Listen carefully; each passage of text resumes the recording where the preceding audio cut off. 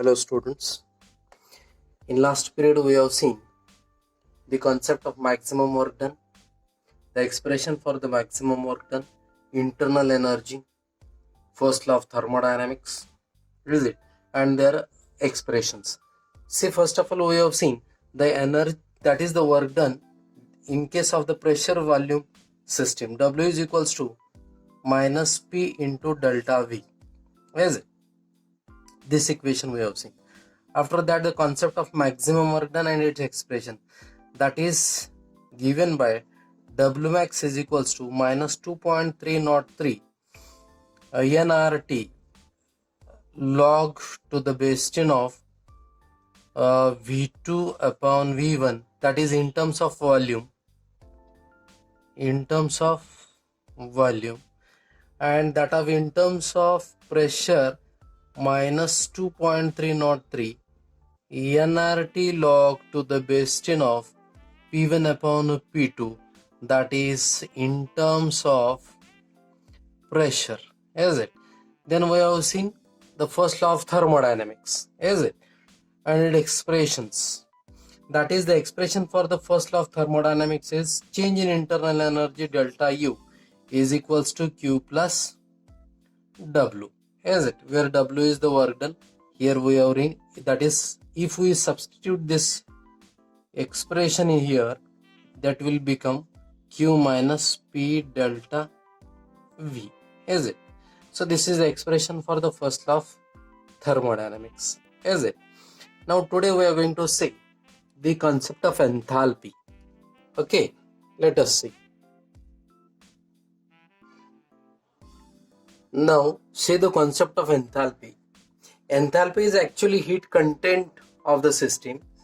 Now enthalpy is thermodynamic property of system and it is denoted by capital H.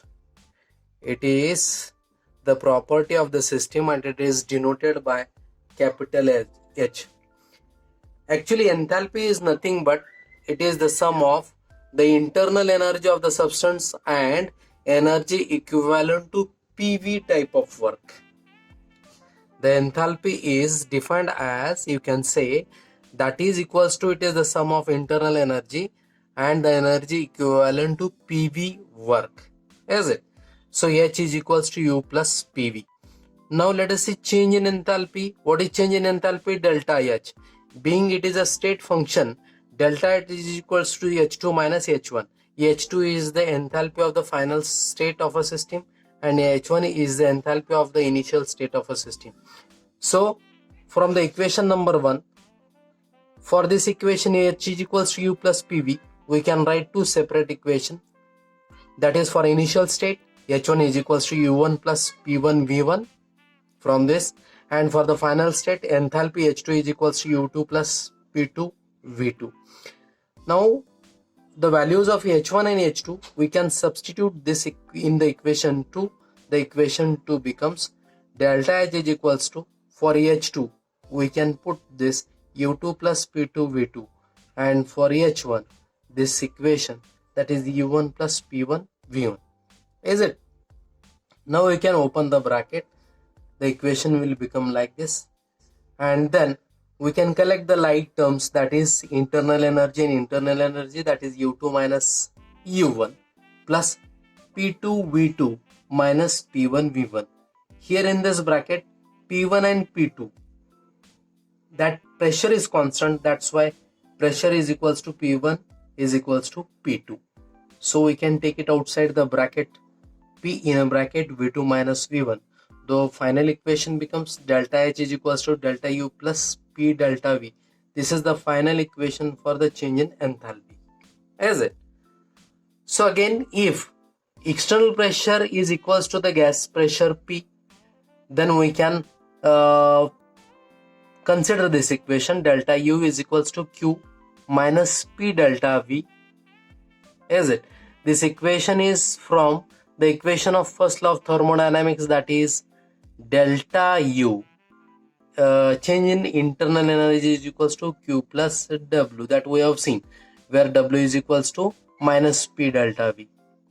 Now interchanging the equation, we can write QV is equals to delta U plus P delta V.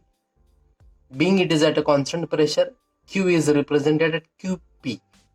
So now see, in the equation number 3, RHS delta H, RHS is delta U plus P delta V, and the equation number 4, that is delta U plus P delta V. Being RHS same, LHS must be same, we can write, that is delta H is equals to QP. So this equation states that the amount of heat supplied to the system is utilized to change in enthalpy of the system. Okay, where H and Q are the state function. This is all about the enthalpy of the system. What is enthalpy? Enthalpy is defined as it is the sum of the internal energy and energy equivalent to pressure, volume, work. Okay, so change in enthalpy, delta H is equals to H2 minus H1. This is for final minus initial. The two equations from this equation we can write separately. Okay, now from 2 we can write, that is delta H is equals to H2 final enthalpy minus initial enthalpy. Now opening the bracket, we can write this here. Pressure is constant, P1 is equals to P2. P we have took outside the bracket, P in bracket V2 minus V1. So delta H is equals to delta U plus P delta V. So here this is the final equation for the change in enthalpy, is it? But from the first law of thermodynamics, we have we came to know that delta U is equals to Q plus W. Then W is minus P delta V. We have substituted here. By rearrangement, we can get Q is equals to delta U plus P delta V.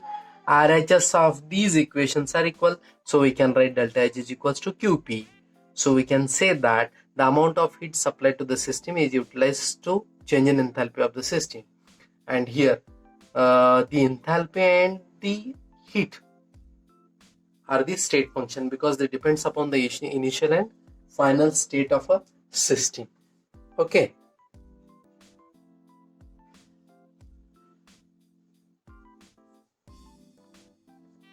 Now see, a relation between delta H and delta U for a chemical reaction.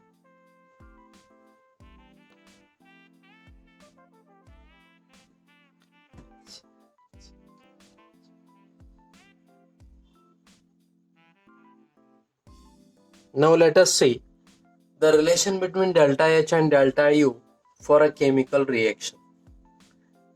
Delta H is the change in enthalpy for a system. Delta U, it is a change in internal energy. See, what is the relation between these two for a chemical reaction? Let us see. Gaseous chemical reaction. We are just focusing. See, as we know the equation for change in enthalpy, delta H is equals to delta U plus P delta V. For liquids and solids, see here, for liquids and solid, basically there is no measurable change takes place in the case of volumes. That's why, being volume constant, V1 and V2 constant, delta V is always equals to 0, we can consider. But for gases, for a gaseous reaction, after compression or expansion, there must be the change in volume takes place. V1 will be different than V2. So we can write delta V is not equals to 0 obviously, because V2 is not equals to V1, is it? So this term exists in the case of gaseous reactions. So this equation can be written as delta H is equals to delta U plus P delta V as V2 minus V1 simply, is it? Because delta V is the difference between the volumes V2 minus V1. As we know from the ideal gas equation, P1 V1 is equals to N1 RT and P2 V2 is equals to N2 RT.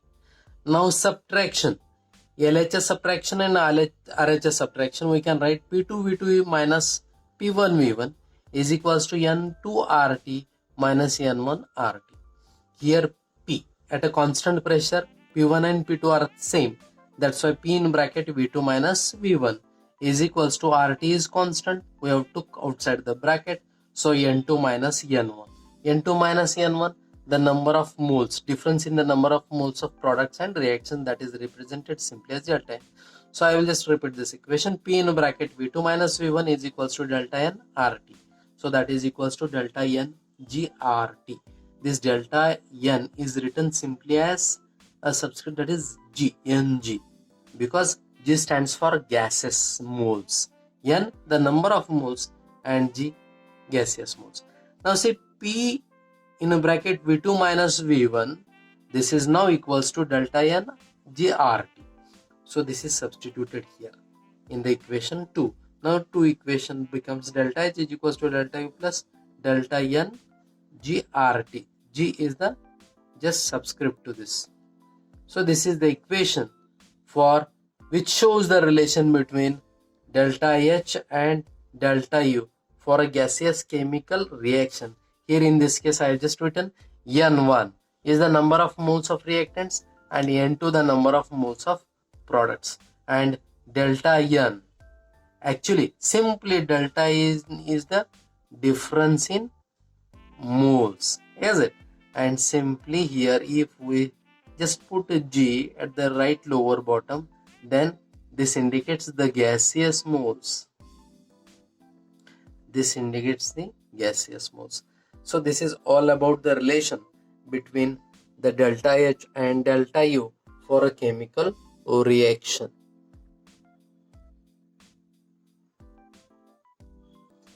Now see the work done in a chemical reaction. Work done in a chemical reaction. This is a simple equation we have just deduced from the previous equation. W is equals to minus P into delta V, is it?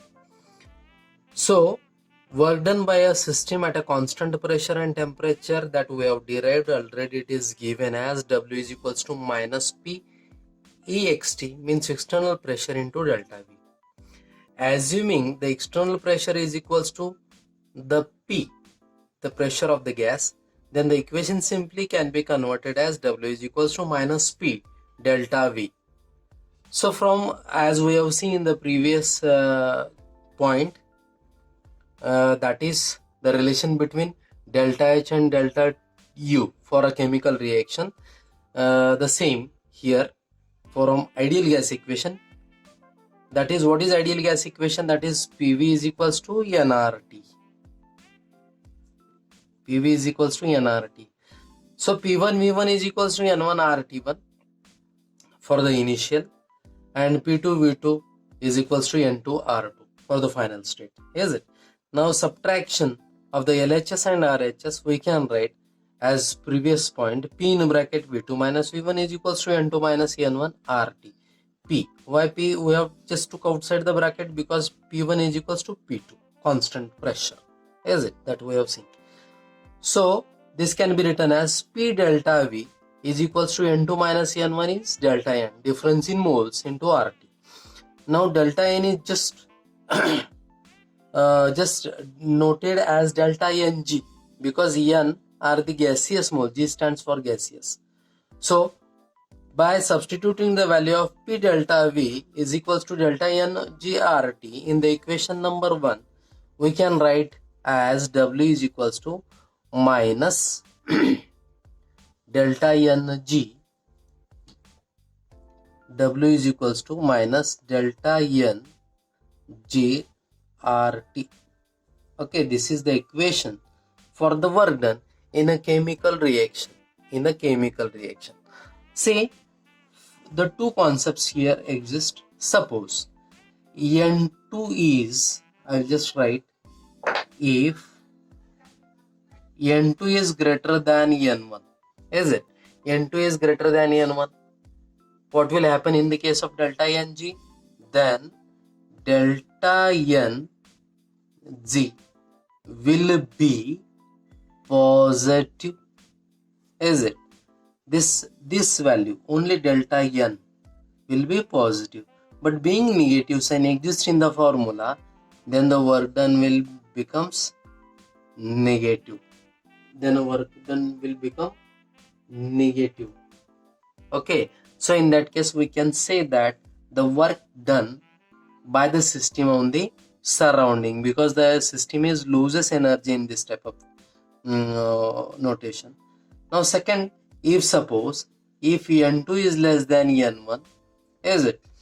Then delta N will be negative, because bigger quantity minus smaller quantity here will be negative. Then this negative and the negative in the formula will become positive. Then the work done will be positive or greater than 0. It is greater than 0. This is less than 0. This is greater than 0. In this case, it is assumed that the energy is gained by the system.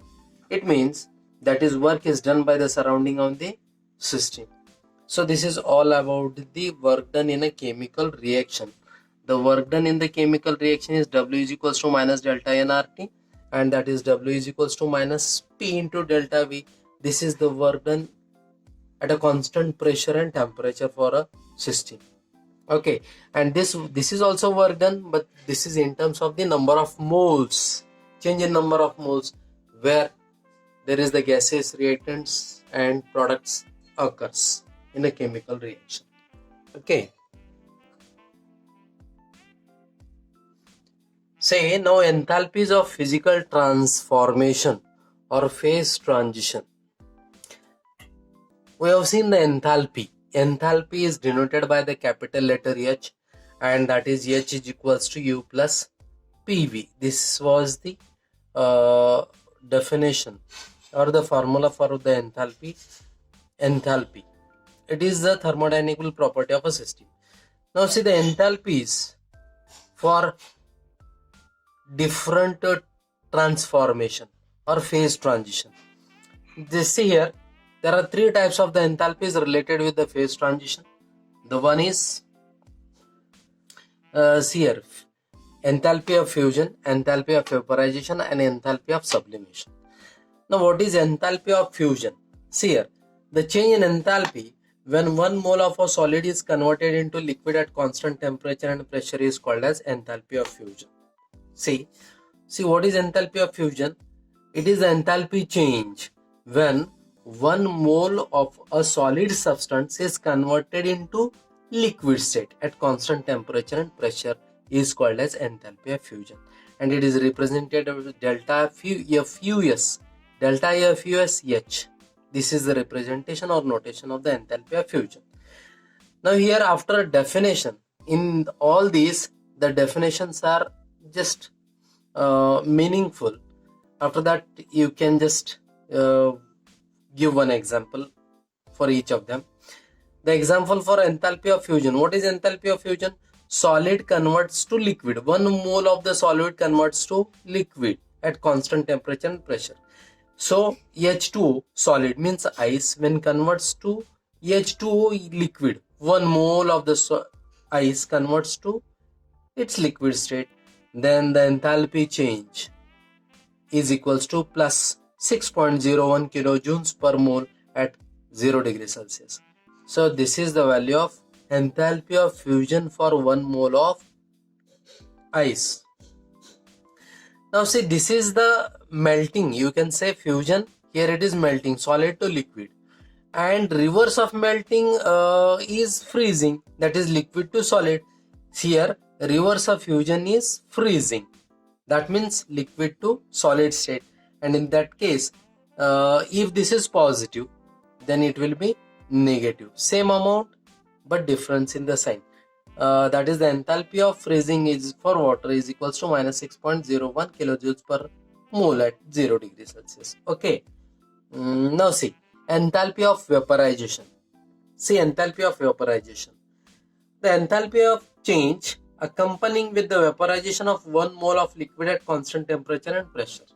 Say, this is the enthalpy change accompanying the vaporization of 1 mole of liquid at constant temperature and pressure is called as enthalpy of vaporization. That means liquid converts to gaseous state. Liquid, 1 mole of the liquid converts to its gaseous state. So H2O, 1 mole of liquid H2O converted to gaseous state, and for that 1 mole change, and the enthalpy of vaporization is equals to plus 40 kilojoules per mole at 100 degrees Celsius. Now the enthalpy of sublimation. See, the enthalpy of sublimation is the enthalpy change accompanying with the conversion of 1 mole of a solid directly into vapor at constant temperature and pressure. See here, 1 mole of a solid directly converted to its vapor form is called as enthalpy of sublimation. For example, camphor. Camphor that we have seen, if it is kept open, then after few hours you can say that will get evaporated, is it? That means directly solid to vapor state. Here one example is given, that is solid ice. 1 mole of solid ice is vaporized to gaseous state, and the enthalpy of sublimation is 51.08 kilojoules per mole at 0 degrees Celsius. So these are the three enthalpies for different phase transition, change in phase: the enthalpy of fusion, the enthalpy of vaporization, and the enthalpy of sublimation. Okay.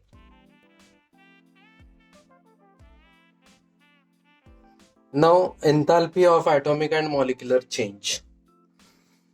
See here, enthalpy of atomic and molecular change. These are also types. The first is enthalpy of ionization.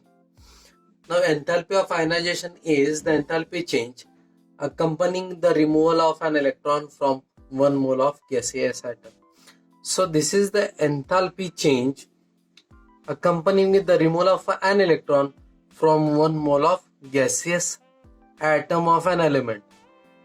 Now example, if we took this 1 mole of sodium, then it converts to sodium ion, cation, to give 1 mole of electron, then the enthalpy change delta ion H, it is denoted by delta ion H, the enthalpy of ionization, is equals to 494 kilojoules per mole. Now see, this is the removal of electron, and here the addition of electron are also shown. Now see here, this is called as the electron gain enthalpy. This is called as electron gain enthalpy. Electron gain enthalpy, it is the enthalpy change when 1 mole of a gas phase atom of an element accept electron to form gaseous anions. So in simple way, the electron gain enthalpy is the enthalpy change when 1 mole of a gaseous atom accepts electron to form gaseous anions, is it? And the delta EQH, the delta EQH is equals to minus 349 kilojoules per mole. Now the enthalpy of atomization, the next is the enthalpies related with the atomic and molecular change is enthalpy of atomization, and it is denoted as delta ATMEH notation of the enthalpy of atomization. Now the enthalpy of atomization is the enthalpy change accompanying the dissociation of 1 mole of gaseous substance into atoms. 1 mole, this is the dissociation of 1 mole of the gaseous substance to constituent atoms, is it? So here we have took the example of methane. The dissociation of methane gives carbon and hydrogen. So it is delta ATMEH is equals to 1660 kilojoules per mole. This is the enthalpy of atomization. That is, the enthalpy of atomization is the enthalpy change accompanying with the dissociation of 1 mole of the gaseous substance into atoms is known as enthalpy of atomization. Now the enthalpy of solution. Enthalpy of solution is denoted as delta SOLH. That is the enthalpy of solution, and the enthalpy of solution is the enthalpy change when 1 mole of a substance is completely dissolved in the specific quantity of the solvent. So the enthalpy of solution is defined as it is the enthalpy change accompanying with the dissolution of 1 mole of the substance into specific quantity of the solvent, and it is denoted as delta SOLH. Now actually the enthalpy of solution is the sum of this is crystal lattice enthalpy, delta LH crystal lattice enthalpy, and the enthalpy of hydration, that is the delta HYDH. It is the enthalpy of hydration. So the enthalpy of solution is the sum of crystal lattice enthalpy and the enthalpy of hydration.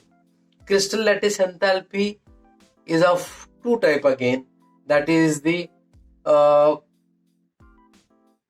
crystal dissociation enthalpy and crystal formation enthalpy.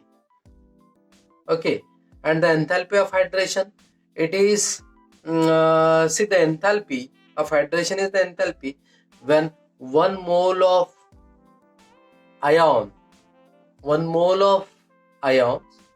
when hydrated by water, then it is called as the enthalpy of hydration, is it?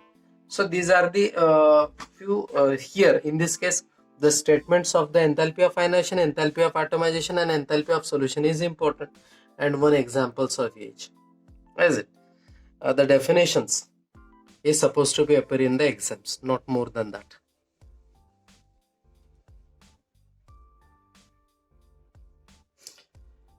Now students, the rest of the part, the next points we will see in the next session.